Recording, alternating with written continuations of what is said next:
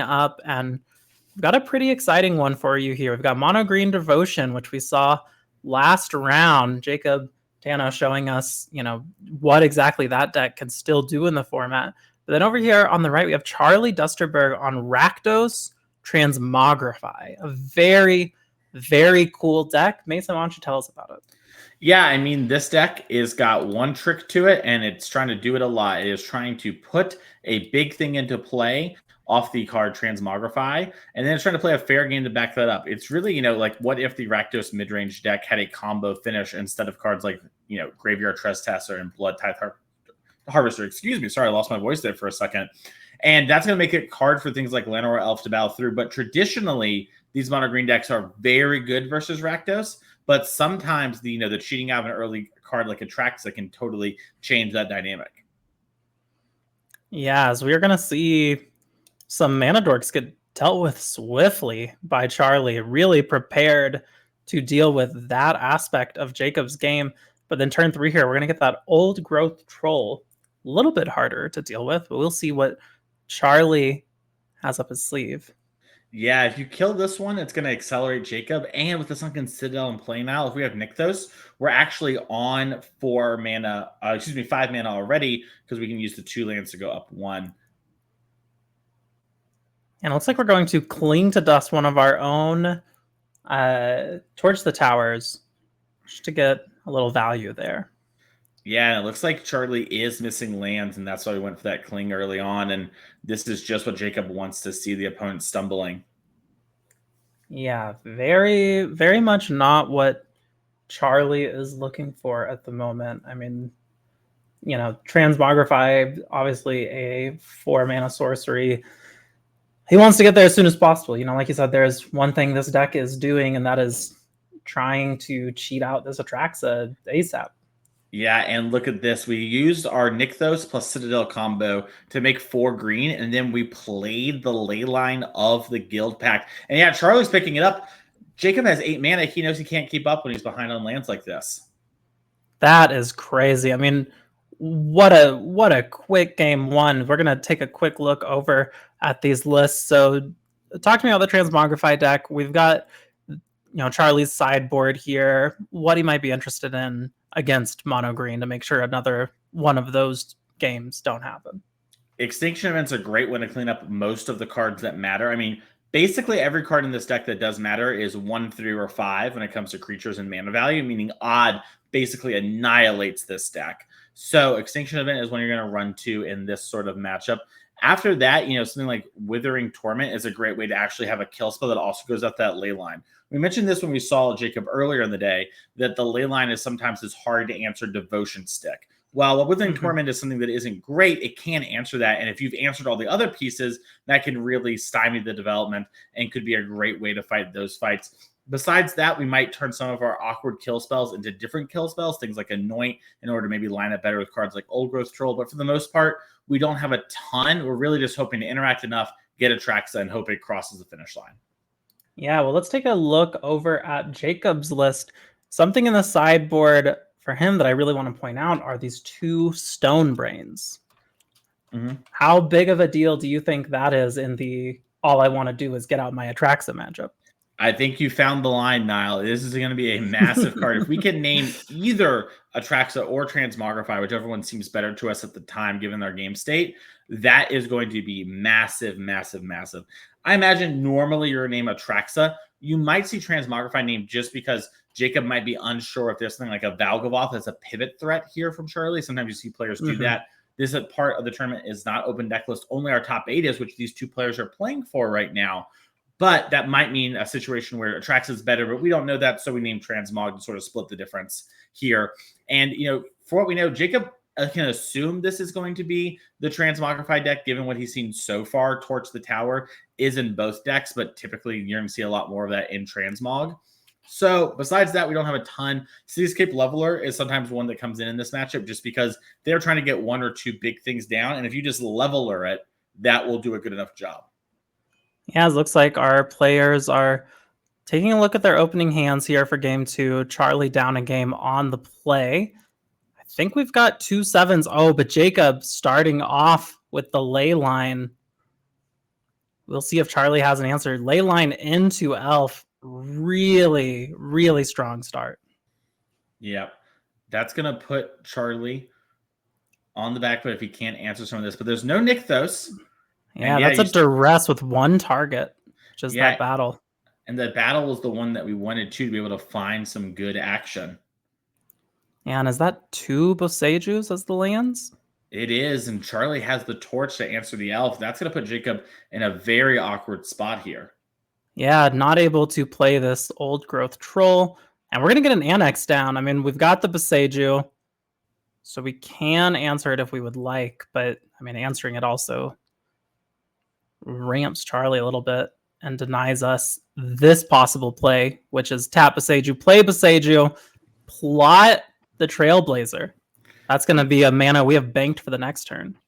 Yeah, and a redraw as well with the old growth troll if it goes down well enough. And this is one of the strengths of Charlie's deck now, too. The Unholy Annex, a great get for this deck. Makes it play even more just like a good Rakdos midrange deck with that combo we finish when things go sideways.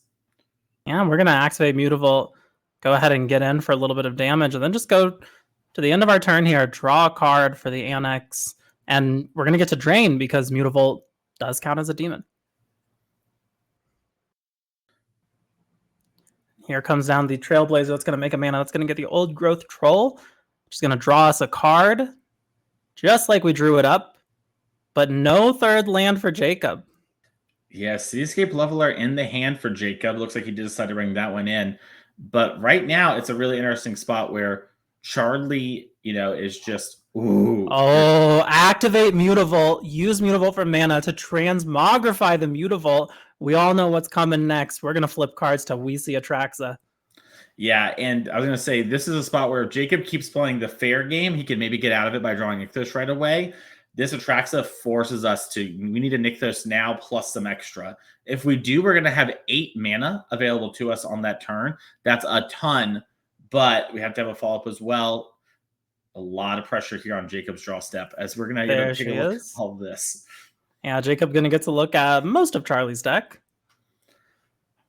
Yeah, I always forget which one shuffles the deck and which one goes on bottom, as creativity and transmogrify are worded a little differently, but this one shuffles. This is going to be a full shuffle for Charlie before we resolve this Atraxa. Yeah. Still a lot of good value to get learned there for Jacob. What did you bring in? Maybe the lack of seeing a card might help you play around something in the future. Mm-hmm. Saw a lot of the deck there. Going to present the deck here and then resolve this Atraxa. I'm going to look at the top 10. We got a Thoughtseize, a couple lands, Torch the Tower, Extinction Event, Fable, Fatal Push, Fountain Port. I mean, really good choices here for Charlie. Yeah, I mean, these are all great cards. You talk about the Extinction Event being a back-breaking card. That's a great thing to have if Jacob does somehow answer this Atraxa. You can just clean up the rest. And it looks like Charlie maybe even wants to circumvent that and just hold on to this Thoughtseize. Yeah. Also, shout out Charlie for so quickly dividing those cards into piles. Makes it real easy for coverage. Also real easy as your opponent to see, here's what I have. Here are my choices. Very, very good table mechanics there. Yep. And we see Charlie draw from the Unholy Annex. Has to move to discard because there's so many cards in hand. And the question is, all right, Jacob's going to take a couple turns. We're not quite dead yet. Atraxa is just a lot of value. Yeah, I mean, not quite dead yet, but the door is closing rapidly as we are getting in with this damage from Atraxa, making the life point disparity enormous. We're going to Thoughtseize Jacob. Got the Cavalier in hand still. Cityscape Leveler, Kiora. The 2 Kioras? Yeah, 2 Kioras and a Cityscape are what's left over. Yeah, and we're going to push the elf there. And then we're going to torch the Trailblazer. Yeah, and this is why Charlie took that Cavalier, right? Even though the Cityscape Leveler can answer Atraxa, Charlie's plan was to pick apart all of these devotion mechanics. Yeah, Reckoner, Bankbuster as well. And then we're going to draw off of this Annex. lose a little life. Not that we're too bothered by it. Oh, and just Okay. straight back to Charlie's turn. I mean, this is... If that card in hand isn't Storm the Festival or Cavalier, something that can catch us up with the Nykthos off the top, it might just be over. We really needed something like a land there to play Kiora at minimum. But yeah, it looks like we're going to make the Demon, and then that's going to drain Jacob out before he has a chance to draw for Nykthos. Yeah, we're going to have a game 3 on our hands. Very well played, Charlie, there. I mean, very tough for Jacob to be so mana screwed, but Charlie really taking advantage of that and making sure Jacob stayed off the ability to play anything. So taking a look at our lists once again, anything change? I don't think we saw anything that really moves the needle. I think for the most part, we just we kept a hand that was high risk, high reward. We had the Guild Pact, we had the Invasion to move through our deck, get, a ton of looks at Nykthos, and worst comes to worst, pick up, another land. But Charlie had the interaction disruption, and that's one of the downsides of the Guild Pact. It's not all sunshine and rainbows here in mono green land. You go down a lot of cards that have these things, and you're hoping to hit your pieces that capitalize on that, right? Otherwise, Leyline, you don't really need the mana fixing in your all forest deck for the most part, right? So not much going to change over here. Charlie, on the other hand, I imagine stays mostly the same, but I could see some small changes on the play and draw. Sure. Now, as our players are getting ready for their final game here, this Transmogrify deck, very similar to the Indomitable Creativity decks that play a very similar kind of game, but obviously a different key card, Creativity instead of Transmogrify. What are some of the key differences, and why would someone choose to play this deck over that one, or vice versa? Yeah, so the big thing about Transmogrify is twofold. One, it only hits creatures, where Indomitable Creativity can also get artifacts. That means we can both play artifacts, and it means that we get to actually have much easier mana because Transmogrify is 3 in a red instead of X red, red, red. And where that X sometimes is an upside because you get to hit multiple things or have multiple targets playing around spot removal. That is a weakness of the Transmogrify deck, is you kind of have to target a creature, which means your opponent's removal is live to turn off your card. And sometimes Creativity can play around that. Your mana base actually just works a lot better. And that allows you to sort of splash these other colors much more easily than sometimes you see with the Creativity decks that need to be base red splashing something. Charlie here gets to be sort of just Rakdos like we talked about before, but instead of playing, Fear of Missing Out and Blood Tithe Harvester and all those other cards, we instead play Transmogrify Atraxa. Yeah, very, very cool. Very cool, small decisions that mean a lot in deck selection and the format as a whole. As our players are drawing up their first sevens, looks like Jacob taking a mulligan on the play here. Charlie thinking about it. We see a Torch the Tower. We see an Annex. Not sure what else. He's playing it pretty tight. Looks like he's considering. I don't think he has decided on a keep. It looks like we might be sending it back. We are. It's going to be a mulligan for both players. Charlie takes a look at the top card. Do you look when you mulligan? Sometimes I do, sometimes I don't. For the most part, it doesn't really matter. You know what I mean? Like, it doesn't really change my decision. But sometimes, I'm a little curious. I never let it affect me. I never look. I never want to know. Is that because it would affect you? No, the decision's made. I just think it's irrelevant. What if I see it and I'm like, oh, it would have worked. Okay. I have a question. If you ever go to dinner with someone and you almost order the food they have, do you ask how the meal was? Sure. I don't. I think it's very similar. I think it's a little peek of what could have been, because you could have ordered that and you thought about it. Yeah, but I can ask for a bite of the person I'm at dinners with food, like I can't like have a bite of my last hand. Once I've shipped it. Perhaps. Depends on how you look at it. Looks like we are both keeping sixes. And Jacob going to start with the Sunken Citadel. Works very nicely with the Nykthos. And Charlie starting off with Mutavault as the first land for turn. And there is Stonebrain on turn 2. Could be very devastating.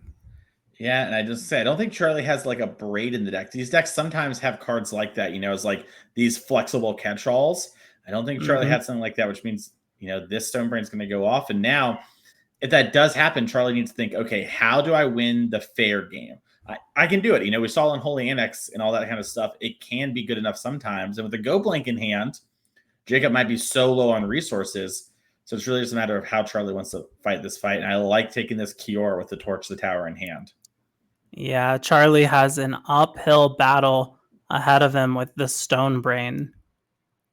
So we're going to play Besieger's the land for turn for Jacob.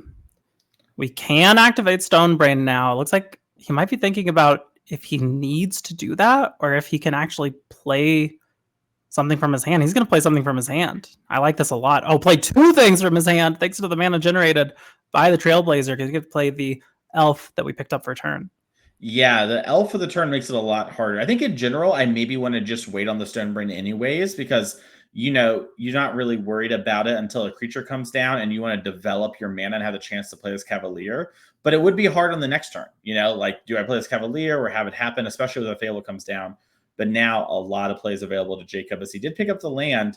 And it looks like Jacob's going to take a small risk here and maybe allow this Atraxa to happen. Yeah, very interesting. And I think I get where Jacob's coming from. Basically, I have nothing. I need to kind of guarantee that I convert, this into a real card and hopefully hit the Nykthos that we did hit and be like, all right, I need to now, hope the game plays out normally from here. And this attack is a big sign. Transmogrify is in hand from Charlie with no block. That Trailblazer is a card you're very excited to get off the board, typically. Yeah, as we are going back over to Charlie resolving this Chapter 2 Fable trigger, I see another Fable, I see a Torch, I see a Go Blank. I don't know what the last card is. It could be Transmogrify, but it could also just be that Charlie knows that what he needs to do this turn is give himself the possibility to draw Transmogrify. Yeah. And it looks like Charlie's considering getting rid of a Go Blank.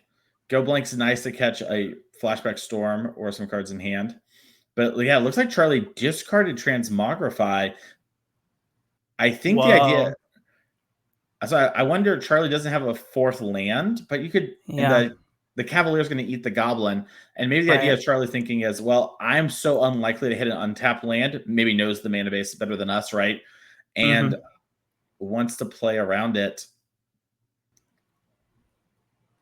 Yeah, very interesting. I mean, got to 4-0 because he knows this deck and how to play it. Yeah, and this is a deck we see Charlie play also a good amount when we go to Pioneer. I remember seeing him play at another one of our events last year. Is a big fan of the strategy and shows a lot of discipline being willing to discard that card here. And I mean, low-key rewarded, doesn't have the land, but... It's about to be a dead card too, right? Like, yeah. If you don't play this turn, it is dead. And if you can't find the mana for it, you don't play it this turn. Yeah, and now, though, Charlie has to figure out how in the world am I going to win this fair game. Luckily, Jacob does have a lot of bad draws. Green has a lot of explosive draws. Cavalier, hitting a Storm the Festival would be great. We could hit a Seascape Leveler. These are all things that can burst the game wide open. We can also hit Force and Elf. I've had a lot of games where I just draw a couple Elves, a couple Forests when I need to draw anything. And you know what? With great power comes great responsibility on this mono green deck. Yeah.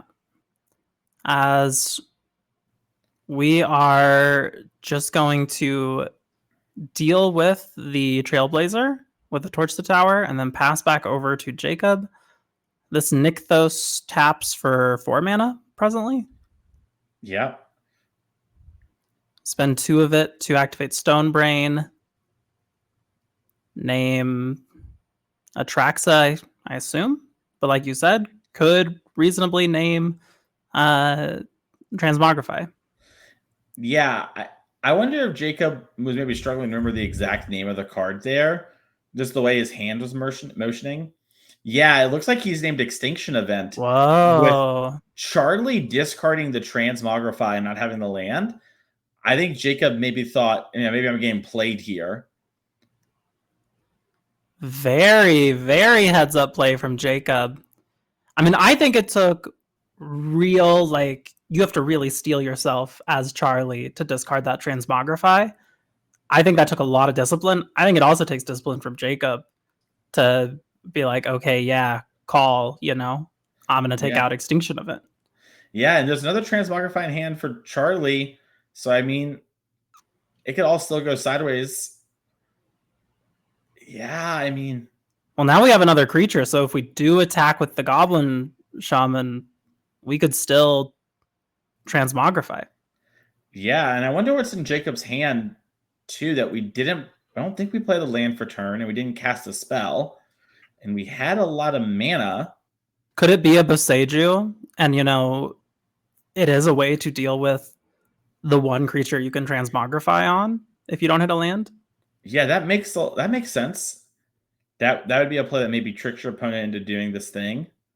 Well, that would work on the Kiki Jiki or the Mutavault if, either way, right? Yeah. Obviously, this is intense. Yeah, the Goblin Shaman would still be targetable. So the question right now is, Charlie's asking for the text on a card. Yeah, he's getting the Oracle text. I would assume we're trying to figure out what card we're trying to play around, trying to figure out why would my opponent make that play. Okay, we do have the 4th land. That is huge. But we are attacking with the Goblin Shaman. Maybe we're going for like a Thoughtseize. Yeah, I think you nailed it on what the card is. I think that is a Boseiju in hand. And I think Charlie had to interact with one of those elves. Here, you're right. It was the only thing that makes sense. Oh. Yeah. Charlie, you can tell notably is like, oh, I didn't think of this. Yeah.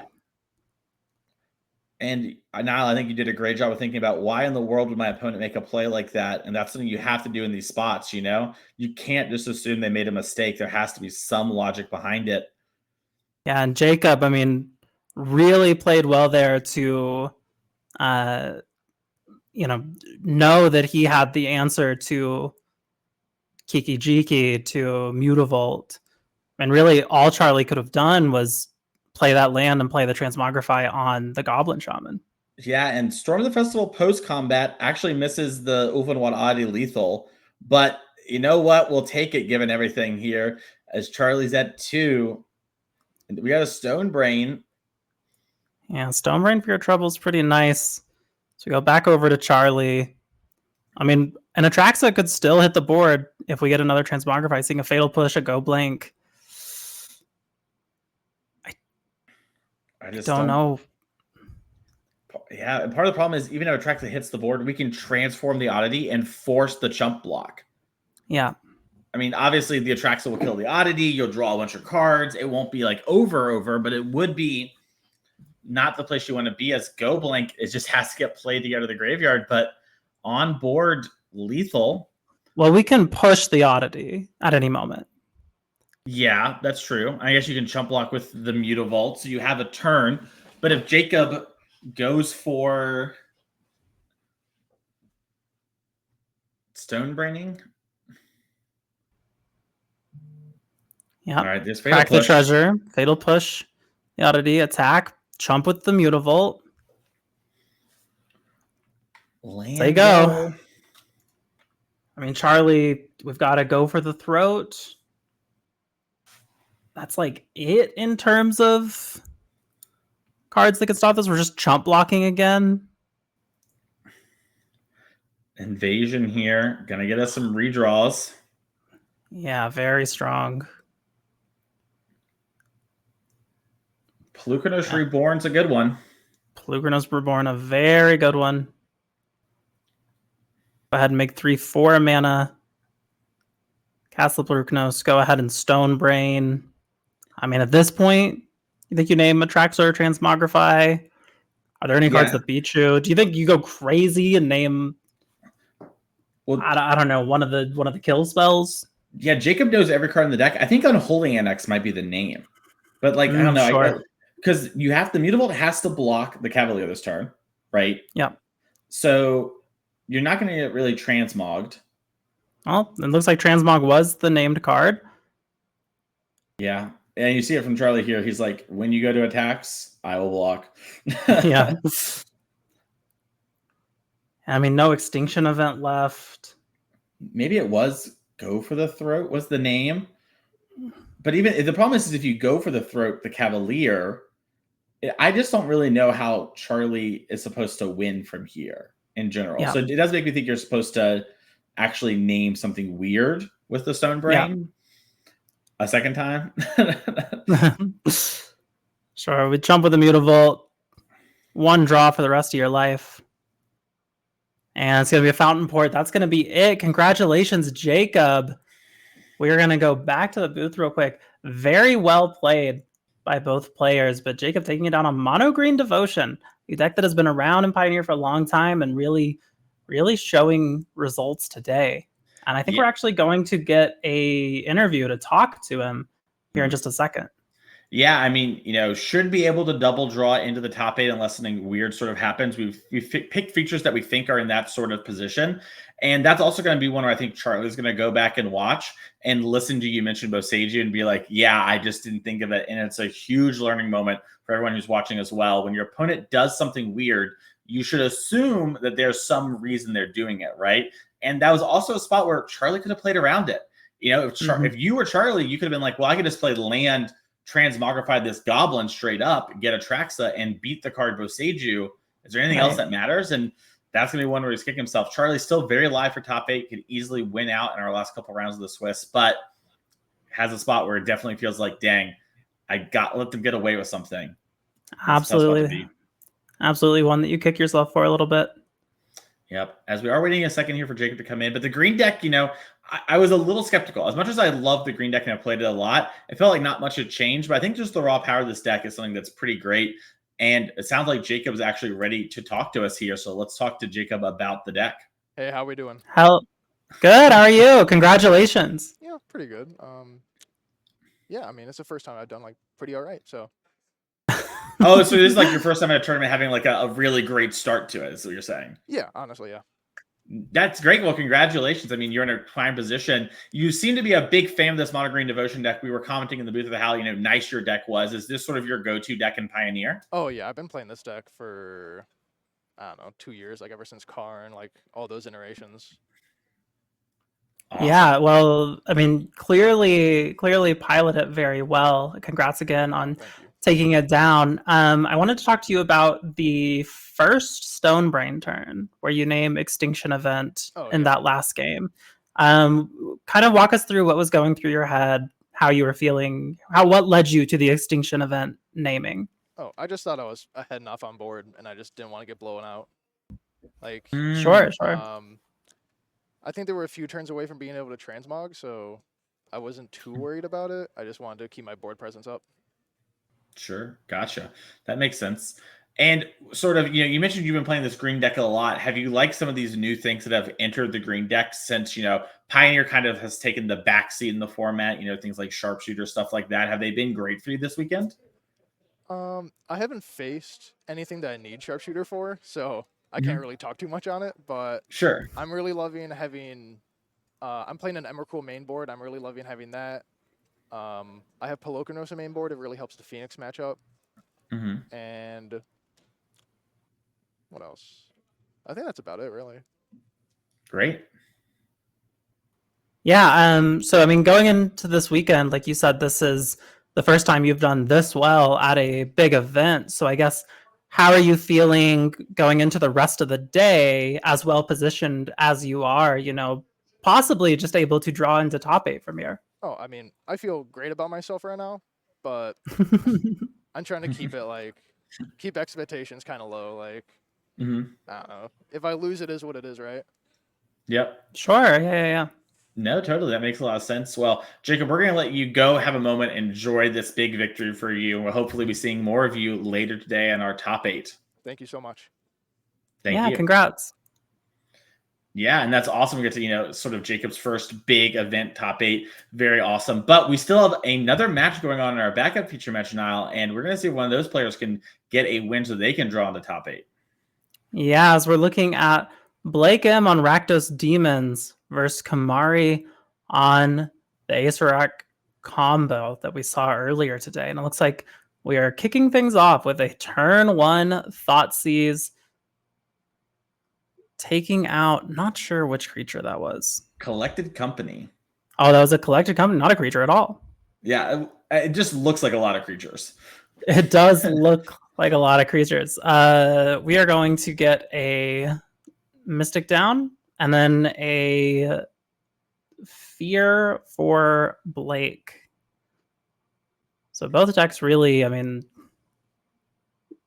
doing the things that they are trying to do. Are we going to see perhaps a Relic? Yep. Relic coming down for Kamari on turn 2. Yeah, and we talked to Kamari after the round 3 feature win and how this is a deck that they want to avoid. Mm-hmm. Yeah, so we're going to get in for a little bit of damage here. Still a couple cards off of Delirium, but there's going to be a Fable making that Goblin Shaman, passing back over to Kamari. We know the Atraxa and the Otawara in hand. Kamari playing those face up. And we've got like 5 mana available to us. Yeah, well, 4 and then 5. There's Rona. Yeah, and Plaza of Heroes is a great draw, as that is a card that can actually help give us protection for one of our combo enablers when the time comes. Yeah, and then Rusty here, also part of the combo enabler, discounting all these creatures by 1. Yeah, I mean, Kamari can play Atraxa next turn if nothing changes. Yeah, Rusty that is makes it crazy. It's just incredible.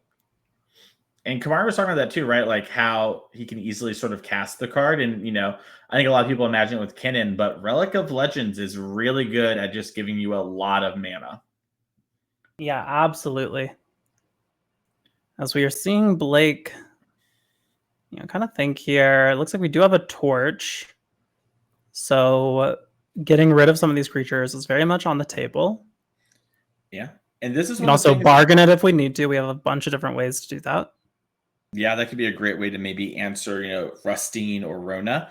One of the things that, Kamari mentioned to us in the interview was this deck doesn't really get played on Magic Online or, on Arena because it's like not really feasible to do time-wise through all the clicks, which means a lot of players, if they haven't played a lot of Pioneer, might have issues playing this matchup because they haven't played it before. As you see, Otawara actually save Rustine there. Yeah, Otawara, discounted by 2 for the 2 Legends bounce. But then the Thoughtseize, you're not getting away that easy.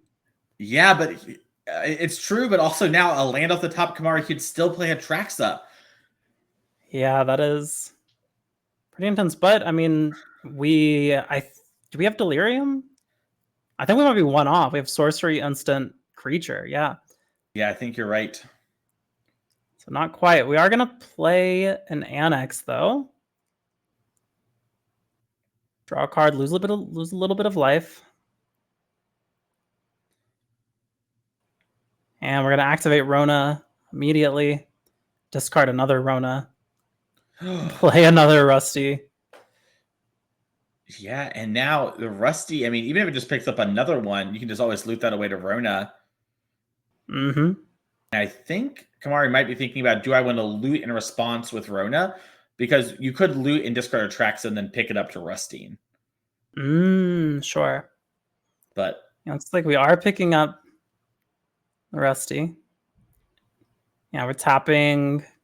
1, 2, play another one, untap Rona.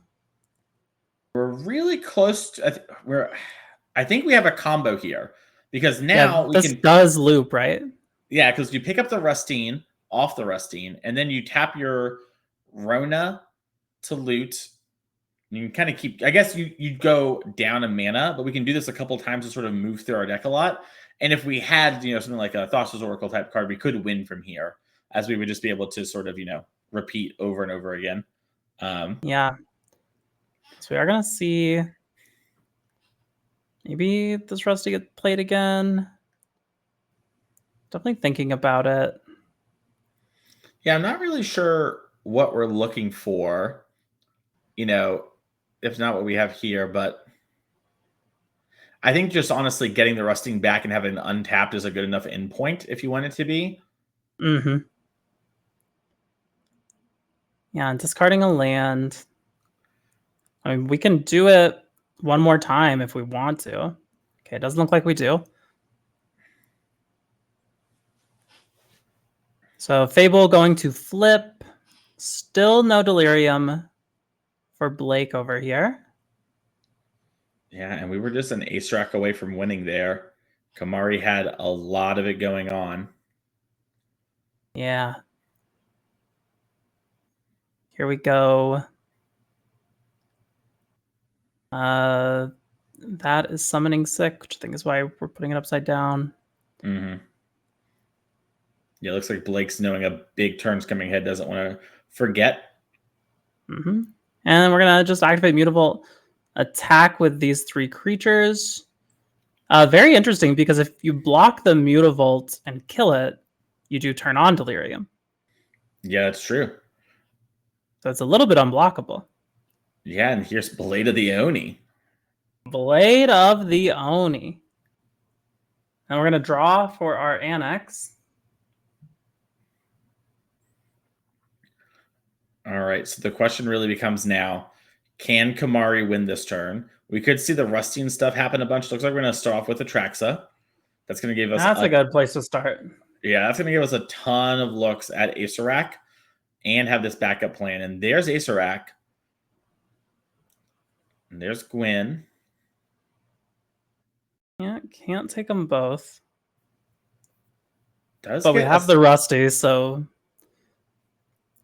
pretty nice with the Acererak and the Relic. Yeah, I believe that's... I think that's enough. Yeah, because the Rusting makes the Acererak cost 1 less, excuse me. Then Rona taps for a mana. The Acererak then, once it comes down the first time, it taps for its own black mana. Right? So you just need to have that starting point of 1. And now Kamara's going to say, hey, I'm going to do this a bunch. Do you have like a Fatal Push or a Kill spell? And Blake's saying, hey, you know, how does this work exactly? Because they might have some piece of interaction. But of note, you know, we do have Plaza of Heroes in play. We could end up, you know, protecting it as well. Yeah, and it looks like that is going to be game. Congratulations, Kamari, for, you know, comboing off there, taking down the first one.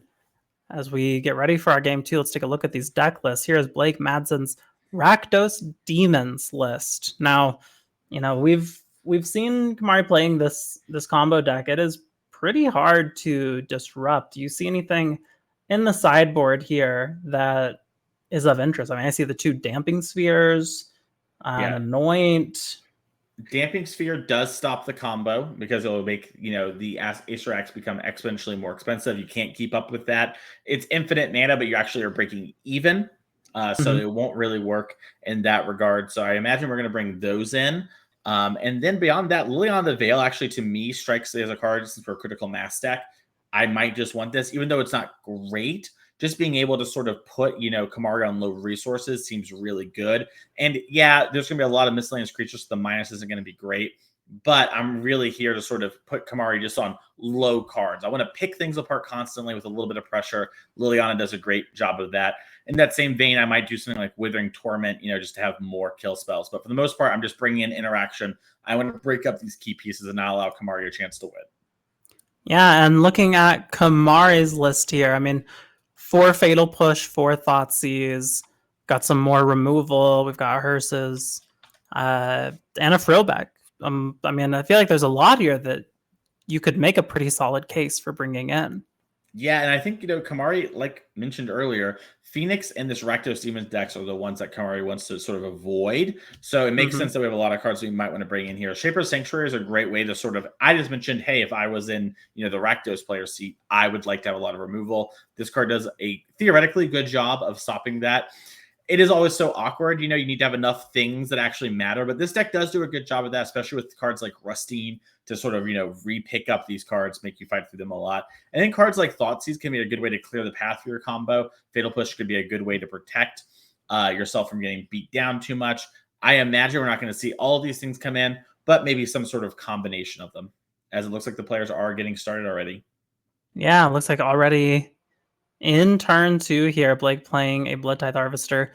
Turn 2 for Kamari playing a Rona, very important piece of the engine. Thoughtseize. See Kamari expecting that to be a Fatal Push, but it was not. It looks like Coco is going to be the take once again. Yeah, we see a backup Rona.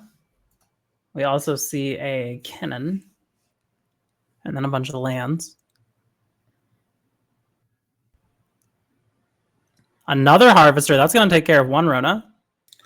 I like this play a lot from Blake. Kamari has a ton of lands in hand. Having that looter could be a great way to get out of this position. Even though you do sort of want to have pressure, just don't let Kamari have a chance to sort of, turn this sort of middling draw into a good one. Yeah, and then the second Blood Tithe Harvester able to take out the second Rona. We're going to play Fable here, get our Goblin Shaman, pass back over to Kamari. And here comes Kinnan, Bonder Prodigy. Yeah, and Kennan's going to allow us to make extra mana from things like Llanowar Elf. Mm-hmm. Looks like players are just double checking life totals. There is a Pain land in play.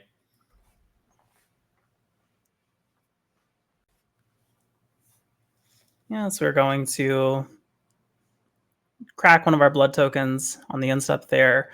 Fable trigger at the start of Blake's turn to the draw step. Looks like we're getting rid of I think that's a Fear and a Thoughtseize. Yep. Unholy Annex was the keep. Yep, and there's the Fatal Push.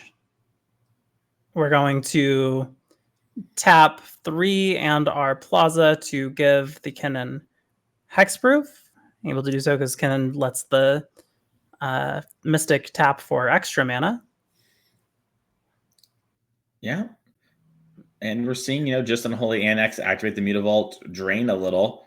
Mm-hmm. Blake's trying to work through it all. And it's one of those spots, too, where it's a little awkward, where it's like you need to fight through it all, but you don't want them sort of untap with the mana, too, and have maybe some other thing you don't know about, or collect a company.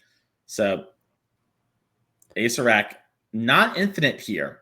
This is one of the weird sort of, we're actually just going in to a dungeon. And it looks like the first dungeon, I believe, was like Scrying. Mm-hmm. And then is that our only black source at the moment? Or is that a swamp?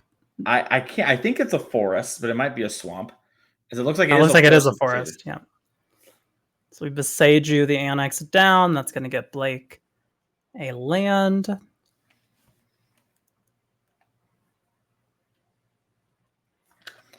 We're going to see what he goes for here. I mean, he's got onboard plays with that blood token. Yeah. If you don't like the card in hand, could be a great time, just to get an actual swamp and pop the blood. Thoughtseize is a great draw here. Normally isn't in the mid game, but this spot is a really strong one. We are going to pop the blood token, flip the Fable.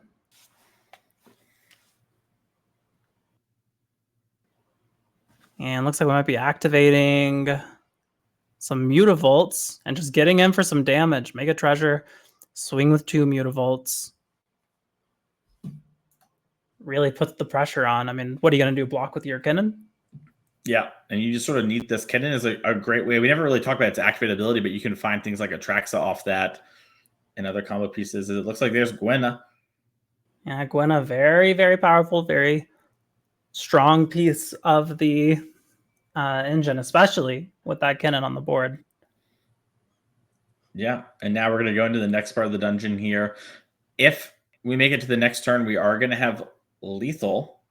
Yeah, we will have the combo wrapped up. But we do have to get there with all the pieces. Like a bunch of lands in Blake's hand. Yeah, we did a lot of rummaging this game, but we had to discard a lot of spells during that because we just had spells at the time. Looked like they didn't line up great. And it looks like we're making a 6/6. Yeah, I wonder. Yeah, Blake just has 2 lands in hand. This might be one of those spots we talked about where, Kamari's opponents aren't used to this deck and doesn't realize the situation we're in. Well, we can make a copy of it, but it's just not. It's just not enough. That's the problem. Yeah, attack here, putting into 8, gets a treasure, which is nice, but sure, we can chump the 2/2. Yeah.